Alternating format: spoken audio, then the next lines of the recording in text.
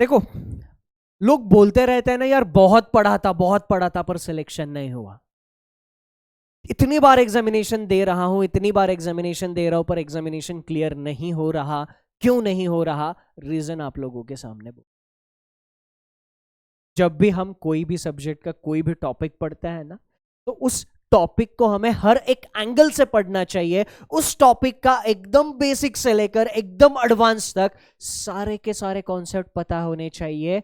साथ ही में हर कॉन्सेप्ट्स के लिए क्या कोई एक्सेप्शनल केस बन रही है, इसका भी नॉलेज हमें सही से रखना चाहिए। जैसे इनइक्वालिटी का ये क्वेश्चन, इनइक्वालिटी का ये क्वेश्चन मैंने आप लोगों को दिया था, है ना? और यहां पर आप जैसे देख पा रहे हो, सिर्फ और सिर्फ 13% लोगों ने इसका आंसर सही दिया है।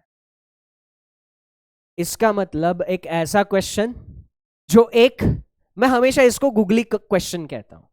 क्यों? क्योंकि एक्सेप्शनल केस है एक, है ना? और ये सारी की सारे एक्सेप्शनल केसेस मैंने आप लोगों को सेशंस में कराई भी है, ठीक है? तो एक गूगली कॉन्सेप्ट पर ये क्वेश्चन बेस्ड है। वो कॉन्सेप्ट क्या है देख लेते हैं, ठीक है? देखो, ये स्टेटमेंट हमें दिया है। इस स्टेटमेंट को अगर हम कंबाइन करेंगे तो हमें ऐसा मिलेगा, a is equal to B, b is greater than c, c is less than d, d is equal to e, e is less than equal to f, f is greater than g, g is equal to h। ठीक है? तो हमें यहां पर conclusions क्या पूछे गए हैं? पहला कंक्लूजन b और g के बीच में दिया जा रहा है, ठीक है? तो b और g के बीच में अगर हम रिलेशन निकालने जाए तो b से लेकर g तक खानदानी दुश्मन बीच में आते हैं, अपोजिट फैमिली के मेंबर्स है, तो रिलेशन निकलेगा नहीं, कंक्लूजन गलत हो जाए। H और A के बीच में रिलेशन निकालना है हमें, तो H से लेकर A तक अगर हम जाते हैं तो फिर से वही चीज, खानदानी दुश्मन बीच में आ रहा है, रिलेशन नहीं निकलेगा, ये भी गलत हो जाए। अब यहां तक सब लोगों ने पढ़ा है, पर सिलेक्शन के लिए इसके आगे पढ़ना जरूरी होता, ठीक है? तो इसके आगे मतलब क्या? यहां पर इतना देखकर हम लोग आंसर नाइदर नॉर अगर मार्क कर दे तो थोड़ी सी जल्दबाजी हो जाएगी, क्योंकि इसका सही आंसर नाइदर नॉर नहीं, इसका सही आंसर है आइदर वन और टू फॉलोज। ऐसा क्यों? अब आप में से बहुत सारे लोग बोलेंगे यार आइदर और में तो दोनों के दोनों वेरिएबल का सेम होना जरूरी है, नहीं? पर आपने क्वेश्चन में जो चीजें आपको फंसाने के लिए दी थी उसके ऊपर ध्यान दिया क्या? ठीक है, क्वेश्चन में यहां पर एक चीज है a is equal to B, ये वाले पार्ट पर आपने ध्यान दिया। क्वेश्चन में यहां पर आपको फंसाने के लिए और एक चीज है g is equal to h, इस वाले पार्ट पर आपने ध्यान दिया क्या?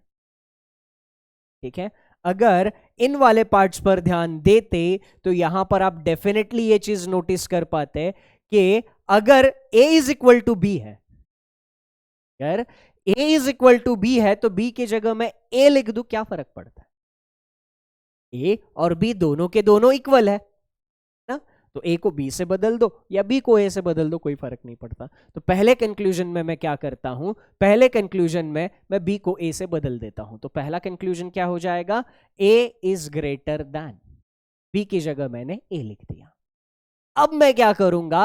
अब यहां पर जो g है ना, देखो g is equal to h है, स्टेटमेंट में g और h को इक्वल बताया गया है, इसका मतलब g को चाहे h से बदलो या h को चाहे g से बदलो, फर्क नहीं पड़ेगा, ठीक है? तो यहां पर मैं g को h से बदल देता हूं, तो पहला कंक्लूजन क्या हो जाएगा? पहला कंक्लूजन हो जाएगा a is greater than h।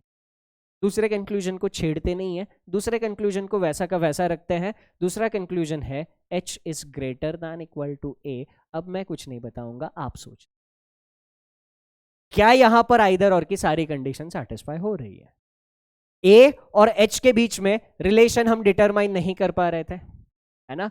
a और h के बीच में रिलेशन हम डिटरमाइन कर पाए क्या? नहीं कर पाए। इसका मतलब अगर हम चेक करने जाए तो ये दोनों कंक्लूजन क्या हो जाएंगे? गलत हो जाएंगे। दोनों के दोनों कंक्लूजन गलत, दोनों कंक्लूजन में सेम वेरिएबल और कैन नॉट बी डिटरमाइंड की वजह से जो तीन रिलेशन a और h के बीच में पॉसिबल हो रहे थे, a is greater than h, a is equal to h, a is less than h, ये तीनों के तीनों रिलेशन कंक्लूजन में दिख रहे हैं। a is greater than h पहले कंक्लूजन में दिखा, ए इज इक्वल टू एच दूसरे कंक्लूजन में दिखा, ए इज लेस देन एच यहां पर दूसरे कंक्लूजन में दिखा। तो आइदर और की सारी कंडीशन सेटिस्फाई हो रही थी दोस्त, तो आंसर क्या होना चाहिए था, आइदर 1 और 2 फॉलोज। ज्यादातर लोग थोड़ी सी चीजें पढ़कर खुश हो जाते हैं, एग्जैक्टली सिलेक्शन के लिए ये नहीं। एक चीज दिमाग में बिठा लीजिए, सब्जेक्ट चाहे कोई भी आप पढ़ रहे हो, बेसिक हर एक टॉपिक का अच्छे से पता होना चाहिए।